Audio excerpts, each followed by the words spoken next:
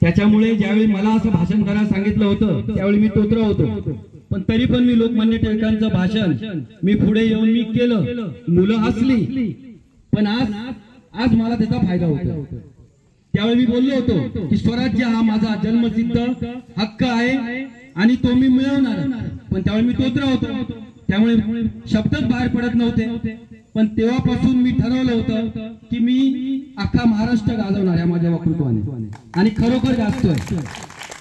म्हणूनच आज एवढ्या वेळानंतर वाट बघितल्यानंतर ही संधी आपल्याला आली, आणि आपण जे म्हणतो ना, जी गोष्ट आपण इकडून, आणि तुम्ही खरोखर भाग्यवान आहात, जगाच्या सगळ्या सुंदर शाळेमध्ये तुम्ही शिकताय, जगातल्या सगळ्या सुंदर शाळेत, जिथे तुम्हाला ही नैसर्गिक हवा आहे, कुठली एसी नाही आहे, एसी म्हणजे आधार, त्यामुळे तुम्ही खरोखर भाग्यवान आहात। आणि लक्षात घ्या, आदिवासी समाज हा आपल्या महाराष्ट्राचा आणि आपल्या देशाचा आधारस्तंभ आहे। तुम्ही शेतकरी आहात म्हणजे तुम्हीच आमच्या देशाचे आधारस्तंभ आहात। तुम्ही इथे शेती करता म्हणून शेती सोडू नका, इंजिनियर व्हा, डॉक्टर व्हा, आयुष्यात काही पण व्हा, पण शेतकरी पहिले व्हा। हे माझं तुम्हाला खास एक हिंदुत्व सम्राट बाळासाहेबांचं आणि आपले लाडके एकनाथ शिंदे साहेबांचं नाव घेतल्याशिवाय इथे आपल्याला राहणार नाही। कारण ज्यावेळी एक माझी चिमुकलीने शिक्षणाला पैसे नाही म्हणून आत्महत्या केली होती, त्यावेळी माझ्या एकनाथ शिंदे साहेबांना जेव्हा हा विषय समजला, त्या क्षणापासून त्यांनी सर्व मुलींना शिक्षण मोफत केलं। त्यामुळे तुम्ही शिक्षणासाठी घाबरू नका, म्हणून मुलींना केलं म्हणून मुलांनी घाबरायची गरज नाही। कारण लाडक्या बहिणींना जसं प्रेम दिलं तसं लाडक्या भावांना सुद्धा आम्ही छत्री वाटल्या, वया वाटल्या। तसं हे सरकार सर्वांचा विचार करणारं सरकार आहे। लक्षात घ्या, आम्हाला सगळे सारखे आहेत, आम्हाला विरोधक सुद्धा आमचे आहेत आणि आमचे सुद्धा आम्हाला आमचे आहेत। सर्वांवर प्रेम करणारं असं एकमेव सरकार असेल तर ते एकनाथ शिंदे साहेबांचं महायुतीचं भाजपा शिवसेना सरकार आहे।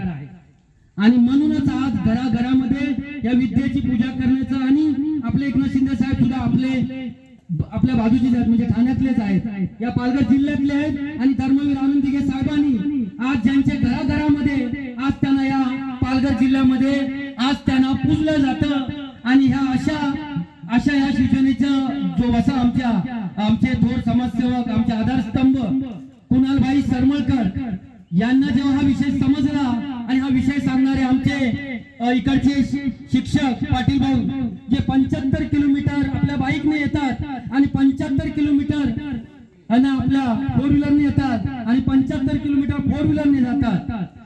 विचार करा त्यांचं प्रेम किती आहे तुमच्यावर। ते इथे पैशासाठी नाही आले, कारण मुळात शिक्षकांना पगारच कमी असतो, ते लक्षात ठेवा। ते इथे फक्त आणि फक्त तुमच्यासाठी आणि तुमच्यासाठी आलेले आहे। त्यामुळे विद्यार्थी मित्रांनो, तुम्हाला शिक्षक रागावतील, बोलतील तर त्यांच्यावर रागावू नका। राहिली गोष्ट अभ्यासाची, तर सर्वात ढ अभ्यासामध्ये मीच होतो, पण तरी पण बजाज सारख्या नामांकित कंपनीमध्ये 10 पेक्षा जास्त टूर घेतलेला एकमेव त्या शाळेमध्ये विद्यार्थी मीच निघालो। ज्या शाळेमध्ये मला फी नव्हती, म्हणजे ते आपल्या पिकनिकला जायला फी नव्हती भरायला, पिकनिकला आपण जातो ना इकडे तिकडे, तुमच्याकडे तर अर्नाळा जवळ आहे, 500 रुपयात विद्यार्थ्यांना फ्री असेल। पण सांगायचा मुद्दा काय की त्याच शाळेमध्ये मला असे चांगले शिक्षक लाभले, आणि या चांगल्या शिक्षकांमुळे चांगले संस्कार लाभले।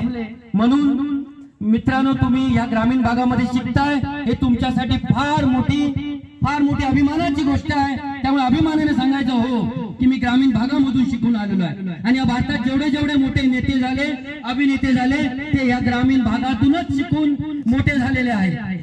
तर मी आजच्या या कार्यक्रमासाठी जे आपल्या चिमुकलीने इकडचं पारंपरिक नैसर्गिक, कारण आदिवासी समाजाचं जे दैवत आहे ते मुळातच निसर्ग आहे, तर या निसर्गाचं जे तुम्ही छान असं आंब हे पवित्र रोपटं मानलं जातं आपल्या हिंदू धर्मामध्ये, ते लावून जे तुम्ही आमच्या या लाडक्या थोर समाजसेवक पल्लवीताईंचा जो तुम्ही सन्मान केला, आमच्या पाहुण्यांचा, तिथेच तुम्ही आम्हाला जिंकून घेतला। तर आता आपण घोषणा देऊन आपण आपलं करूया। छत्रपती शिवाजी महाराज की जय भवानी। मुलींचा आवाज पाहिजे, कारण